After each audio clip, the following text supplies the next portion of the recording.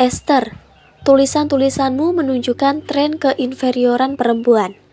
Tapi sebenarnya kalau saya melihat, ada tren baru lagi yang cukup aneh di kalangan kita orang timur. Nama istilahnya cuckold. Ketika suami merasa terpuaskan saat istrinya berhubungan intim dengan laki-laki atau orang lain. Ini komentar seorang dokter kenalan saya ketika membaca buku akibat memabukkan seks.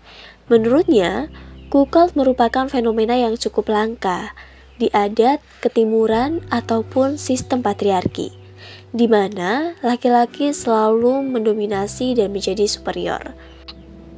Lah, kok dia mau berbagi dengan orang lain? Kata si dokter.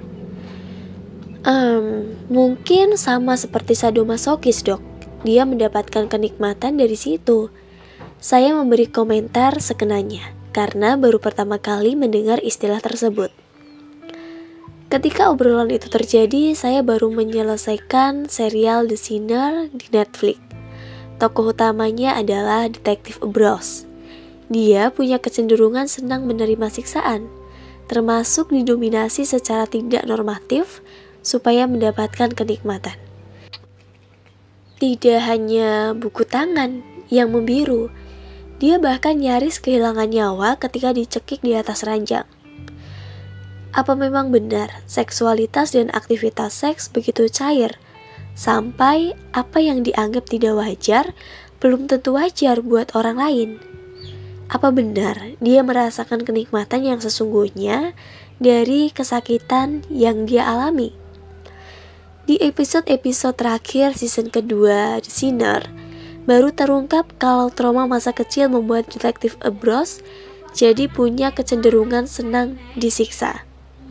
Beberapa jurnal penelitian ilmiah menyebutkan kalau pengalaman traumatis masa kecil bisa mempengaruhi perkembangan mental seseorang, termasuk perilaku seksnya. Dalam persinggungan hidup, saya sempat mengenal laki-laki yang perilaku seksnya sadomasokis, dan posisinya adalah sadisme. Dia yang menyakiti untuk mendapatkan kepuasan seks, mulai dari mencekik, mengatakan hal-hal yang kasar, sampai membuang ludah ke mulut pasangannya untuk ditelan. Dia cerita, susah buatnya untuk ketemu dengan orang yang masokis alias senang disakiti, karena butuh sesama sadomasokis supaya aktivitas seks bisa sama-sama dinikmati. Sekarang seksualitas itu sudah cair banget ya, kata saya suatu ketika ke teman yang segera dijawabnya. Sebenarnya enggak sih, hanya saja sekarang kan akses untuk seks sudah gampang.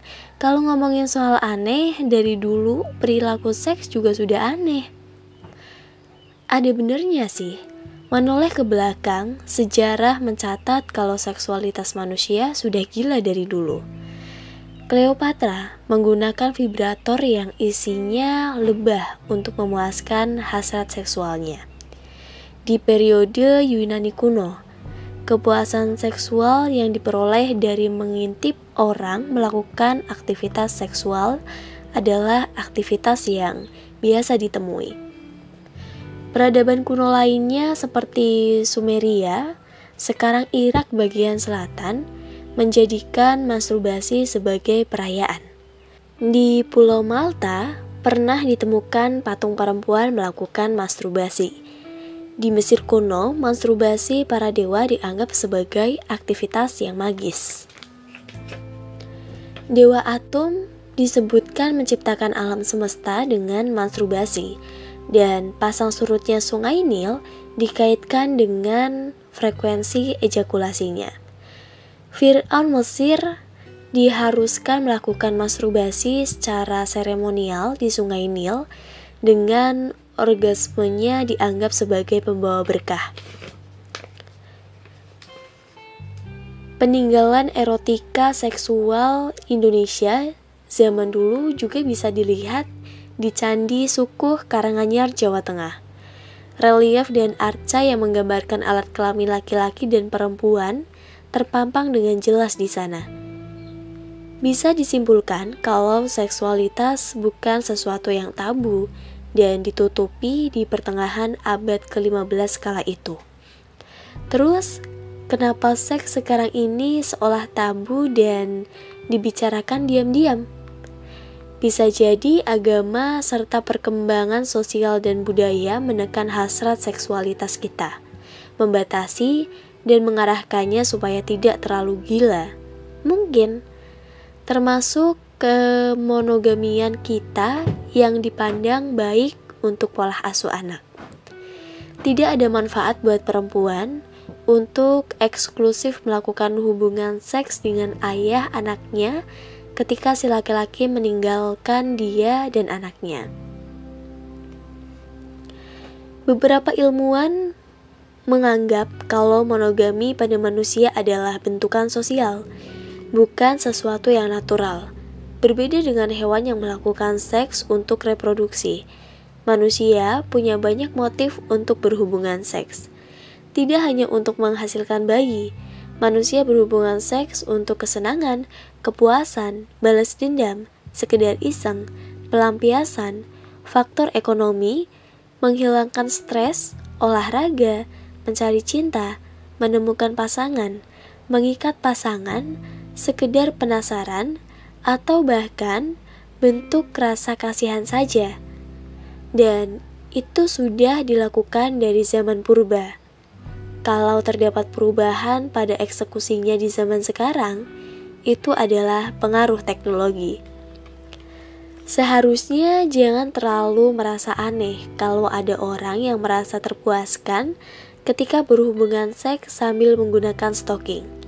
Seks dengan boneka, seks dengan hewan, seks dengan beberapa orang sekaligus.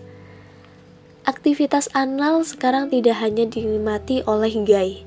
Pasangan hetero juga melakoninya. Dan tidak hanya perempuan, tetapi juga laki-laki. Si perempuan memasukkan dildo ke anus pasangan laki-lakinya, dan si laki-laki akan merasakan kenikmatan seksual. Konon, sama seperti pada vagina, di anus juga ada titik-titik G-spot yang dapat menciptakan kepuasan seksual.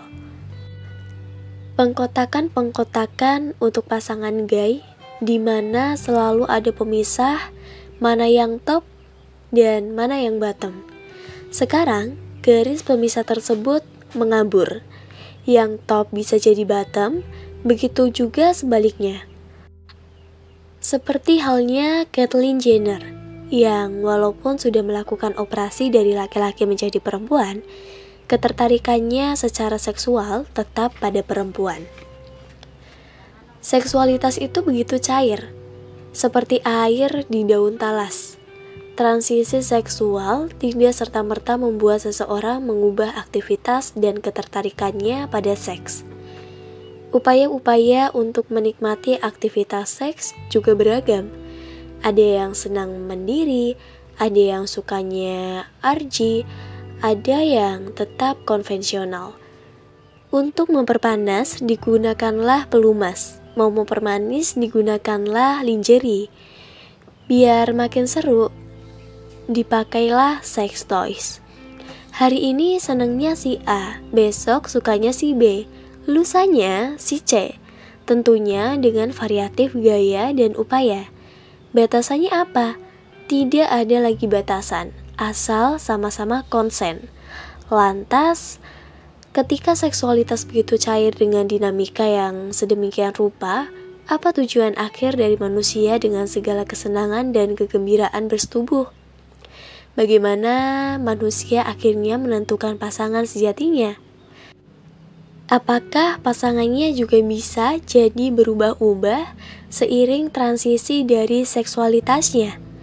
Atau mungkin goal dari manusia bukanlah berakhir di pencarian satu orang, tetapi pencarian jati dirinya sendiri?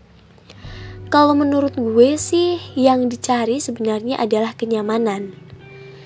Kata teman saya, masalahnya, apakah seksualitas dan aktivitas seks yang cair ini juga dibarengi dengan tanggung jawab dari sisi kesehatan dan keamanan? Karena seharusnya being safe itu common sense, sebuah keharusan. Misalnya, Anda merasa berhak suka-suka dengan melakukan aktivitas atau pilihan tidak aman. Coba ditelaah kembali apakah tindakan tersebut merugikan orang lain atau tidak. Sebaik-baiknya, konsen dan tanggung jawab adalah batasan untuk semua tindakan yang kita lakukan atas nama seks. Duh, mau ngewe aja ribet ya, komentar saya. Ya harus ribet, karena ngewe itu sakral, haha, tanda si teman. Tapi kalau ngewe itu sakral, kenapa kita bisa melakukannya dengan banyak orang? Tanya saya lagi. Nah loh.